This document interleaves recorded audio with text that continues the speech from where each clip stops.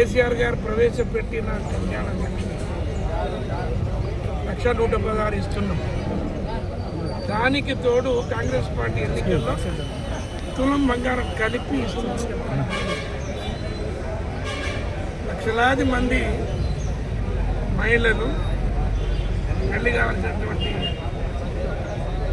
పడుచులు రేవంత్ రెడ్డి గారికి కాంగ్రెస్ పార్టీకి ఓటేసి అటువంటిది ఈరోజు ఏదో కోర్టు పేరు చెప్పి ఆ పథకాన్ని పక్కకు పడేయాలి. అది కనుక కంటిన్యూ చేస్తే తులం బంగారం ఇవ్వవలసి వస్తుంది. ఇవ్వని పేరు ఉంటుంది మాకు. కాబట్టి కోర్టు కౌంటర్ వేయకుండా ఇవాళ దాన్ని మూసేసే కార్యక్రమం. అదేవిధంగా రైతు బీమా కేసీఆర్ గారు ప్రవేశపెట్టిన పథకం ఇప్పటికీ లక్షల మందికి ఈ పథకం ఒక్కొక్కరికి 5 లక్షల చొప్పున గత 12 ఏళ్ళ నుంచి ఇవ్వడం జరిగింది. ఇప్పుడు రేవంత్ రెడ్డి గారు ఆ పథకాన్ని మూసేస్తున్నాడు.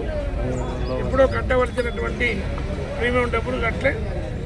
ఈ ఆగస్టు నుండి ఎవరికి కూడా చనిపోయిన రైతులకు 5 లక్షల బీమా.